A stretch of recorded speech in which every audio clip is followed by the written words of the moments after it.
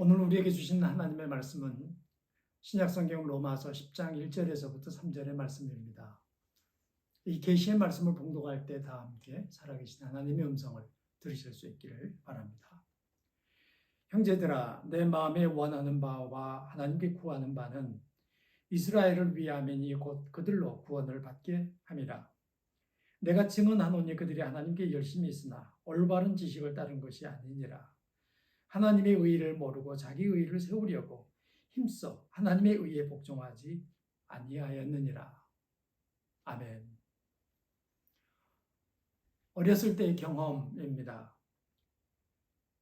옆집 아저씨가 보고 요리를 잘못해 먹고 스멀스멀 잠에 빠져들기 시작했습니다. 보고에는 독이 있는데 그 독을 제거하지 않고 내장과 함께 요리를 했다가 아주 위급한 상황을 만나게 된 것이었습니다. 민간요법에 익숙했던 사람들은 죽순을 끓여 마시게 한다든지 김치 국물을 먹이면 해독이 된다며 그걸 들이마시도록 요구했었습니다. 그럼에도 불구하고 그 아저씨는 점점 잠에 빠져들었고 마침내는 의식을 잃는 상황에 이르게 됐습니다. 어떻게 해서든지 잠에 빠지지 않게 하기 위해서 우리는 어깨에 그 어른을 둘러매고 뛰기 시작했습니다. 그럼에도 불구하고 마침내 그분은 운명을 달리했습니다. 지식의 결여, 잘못된 지식으로 말미암아 죽음에 이르게 된 참으로 안타까운 사건이었습니다. 우리는 아는 것이 힘이다. 지식이 돈이 된다는 말을 들으면서 살아왔습니다. 그런데 성경은 내 백성이 지식이 없어서 망한다고 말씀하고 있습니다. 오늘 읽은 본문에도 구원받지 못하는 이유가 잘못된 지식 때문이다고 말씀하고 있습니다. 2절을 보시면 그들이 하나님께 열심히 있으나 올바른 지식에 따른 것이 아니었다고 말합니다. 열정은 있지만 잘못된 지식을 따라 하는 것이어서 그 수고가 다 수포로 돌아가게 됐다는 얘기입니다. 이것이 유대인들의 결정적인 실수였습니다. 유대인들은 열심을 다해서 자기 의를 세우려고 노력했고 하나님의 의를 따라 살려고 하지 않았습니다. 그 결과 구원은 점점 멀어져 갔습니다. 그들이 열심히 하면 열심히 할수록 구원은 더 멀어지고 말았습니다.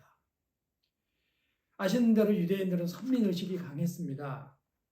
자신들은 하나님께로부터 직접 율법을 받았고 그 율법을 잘 지키기만 하면 구원은 자기 자신들의 소유물이라고 생각을 했습니다.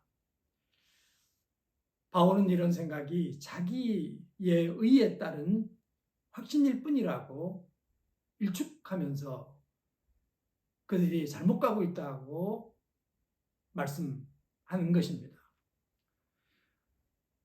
사람들은 누구나 옳음에 대한 자기 주장을 가지고 살아갑니다. 자신의 생각과 선택과 지식이 결코 틀리지 않는다. 그런 확신을 가지면서 살아갑니다. 과연 그럴까요? 사람들은 자기가 그렇게 옳다고 주장하는 대로 정말로 옳은 걸까요? 인간이 틀릴 수밖에 없는 이유가 몇 가지 있습니다. 그 중에 하나는 생물학적인 요인입니다. 모든 사람의 눈에는 생물학적으로 맹점이 있습니다. 그래서 보지 못하는 부분이 있는 것이죠. 우리는 사물을 다 보고 있다고 생각합니다. 그러나 실제로 우리 눈의 구조는 보지 못한 부분이 있습니다. 그런데 뇌는 그게 다 보고 있는 것으로 착각하게 만드는 거죠. 그래서 생물학적으로 사람은 다 보지 못했기 때문에 틀릴 수밖에 없는 한계를 가지고 있습니다. 또 하나는 무의식적인 방어 기제입니다. 눈 감아버리기라고 얘기할 수 있는데 이 방어 기제가 억압이라고 하는 겁니다. 자신이 받아들이기에 좀 버겁다, 힘겹다고 생각이 되면 사람들은 순식간에 그것을 무의식에 억압해버립니다. 그래서 금방 봤고 금방 경험했음에도 불구하고 마치 보지 못한 것처럼 경험하지 못한 것처럼 행동합니다. 어느 날 아침 식사를 하러 가다가 자동차 사고를 당한 한 운전자를 보게 됐습니다. 고3인 딸 아이를 데려다 주기 위해서 아침 일찍이 도시락을 싸서 학교로 가는 길이었습니다. 우회전하는 차량이었는데 저쪽 대각선에서 건너편에서 대각선으로 좌회전을 한 차가 이 차의 운전석을 치고 달려버렸습니다. 그렇게 되니까 그 엄마가 운전하는 쪽에 유리창도 깨지고 문도 찌그러지고 그래서는 머리에 철철 피를 흘리는 상황에 이르렀습니다. 가까이 가보았더니 옆에 앉아있는 딸아이가 엉엉 울면서 엄마에 대하여 안타까워하는데 놀랍게도 그 어머니는 사고에 대해서 전혀 인식하지 못했습니다. 그러면서 우리가 걱정하며 다가가니까 누구냐고, 무슨 일이냐고 우리에게 물었습니다. 눈 감아버리기가 일어난 현장이었습니다. 사람들은 이런 일을 무의식적으로 행하기 때문에 자기 자신이 보았다고 해서, 경험했다고 해서 반드시 그대로 인식한다고 얘기할 수가 없습니다. 유대인들은 율법과 제사법을 받았습니다. 율법의 기능은 자신이 잘못하고 있다는 것을 깨닫게 해주는 데 있습니다. 사람들이 그 깨달음을 얻는 순간 하나님께 제물을 가지고 가 제사를 드리면서 용서를 받아야 했습니다. 그 용서받음으로 말미암아 하나님께서 인쳐주시는 의의 옷을 입게 된 것입니다. 율법을 지켜서 의롭게 되는 게 아니라 어린 양이 소가 자기를 대신해서 죽임당함으로 말미암아 하나님께서 의롭다고 죄 없게 됐다고 인을 쳐주는 그런 형식이었습니다. 근데 유대인들은 이 제사법에 대한 얘기는 하지 못했습니다. 그리고 율법만이 자기 자신들을 위대하게 만들고 특별히 자신들은 율법을 따라 정확하게 살고 있기 때문에 하나님 앞에 의로운 백성이라고 생각을 하고 그렇지 못한 사람들은 정죄하고 비난하면서 살아가는 민족적인 우월의식을 가지고 있었습니다. 사도 바울은 이것이 잘못되었다 이렇게 말하고 있습니다. 특별히 올바르지 않는 지식에 근거해서 하는 행동들이다 이렇게 말하고 있는 것이죠. 거미는 거미줄을 쳐서 날파리나 곤충을 잡습니다. 사람들의 머릿속에도 인지구조라고 하는 게 있는데 마치 거미줄과 같습니다. 그 거미줄 같은 인지구조에 걸리는 지식들, 정보들을 사람들은 받아들이게 됩니다. 경험과 지식이 이 인지구조 속에 차근차근하게 쌓이면서 전 이해를 형성하게 되고 새로운 지식들을 받아들이게 되는데 놀라운 것은 이 인지구조 속에서 사전에 옳다고 생각했던 것들만 다른 것들도 지식으로 받아들인다는 겁니다. 마치 이와 같습니다. 물고기를 잡기 위해서 그물코를 만들게 되는데 이 그물코보다 작은 물고기들은 빠져나가는 거죠. 이 그물코보다 큰 고기들만 잡히는 겁니다. 그래서 사람들은 이 인지구조라고 하는 프레임을 갖고 거기 걸리는 것들을 자기 지식과 정보로 받아들이게 되는데 이 인지구조가 전 이해, 전 경험을 전제로 하는 것이기 때문에 잘못된 지식에 근거해서 뭔가를 받아들여서 이 그물을 만들었다면, 인지구조를 만들었다면 그 다음에 받아들이는 것들도 본인은 옳다 생각하고 받아들였는데 잘못된 것들이 된다 그런 얘기입니다. 그래서 병리적인 사람들은 놀랍게도 자기 몸에 해로운 것들을 먹습니다. 그게 자기 몸에 좋다고 생각하면서 하는 일인데 실제에 있어서는 자기 몸에 해로운 일을 이게 이롭다 이렇게 여기면서 받아들이게 되는 거죠. 그래서 병이 점점 깊어가는데도 불구하고 그걸 의식하지 못한 채 마치 차가운 물이 점점점 끓어가는데도 불구하고 그 차가운 물 속에 처음부터 있었기 때문에 고스란히 죽어가는 개구리 같은 그런 운명을 안고 살게 되는 것이죠. 유대인들은 하나님께 주신 의, 하나님께서 입혀주신 의의 옷을 입지 않았습니다. 그리고 자기 자신들은 율법으로 말미암아 율법을 따라 살고 있기 때문에 의롭다고 주장하면서 열심히 그것을 다른 사람 앞에 자랑하며 살아갔습니다. 그것은 하나님께서 주신 의가 아니었습니다. 자기 자신들이 가진 의였습니다. 그 의에 대한 충성심이 열정이 막강했다. 그런 얘기입니다.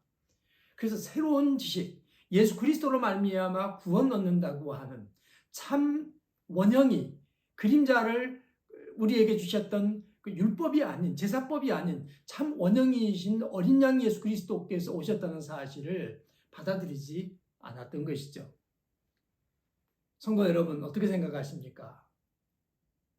옳음이라고 하는 것이 우리의 소유물인가요? 아니면 하나님께서 의롭다고 여겨주신 것인가요? 하나님께서 우리를 의롭다고 여겨주신 겁니다. 예수님께서 나를 위해서 십자가에 돌아가셨다. 이렇게 믿는 사람들을 하나님께서 그래 너의 믿음으로 말미암아 너는 이제 의롭게 됐다. 이렇게 인정해 주시는 것이죠. 그러니까 우리가 만약의 경우 의롭다고 여겨진다면 그것은 전적으로 예수 그리스도의 보혈 덕분입니다. 내가 깨끗한 게 아닙니다. 의로운 게 아닙니다. 예수 그리스도 덕분인 거죠. 그분을 믿는 믿음 덕분인 것이죠. 그런데도 불구하고 어떤 기독교인들은 여전히 유대인들처럼 자기 의에 붙들려서 열심히 살아갑니다. 그렇게 살아가면 열심히 살아가는 만큼 기독교와는 멀어지게 마련입니다. 그러므로 우리는 어떻게 살아가야 될까요? 오늘 본문이 우리에게 얘기하는 바는 이겁니다. 나도 틀릴 수 있다. 이걸 인정하라는 겁니다. 나도 틀릴 수 있다. 나는 틀리게 살아오지 않은 사람이에요.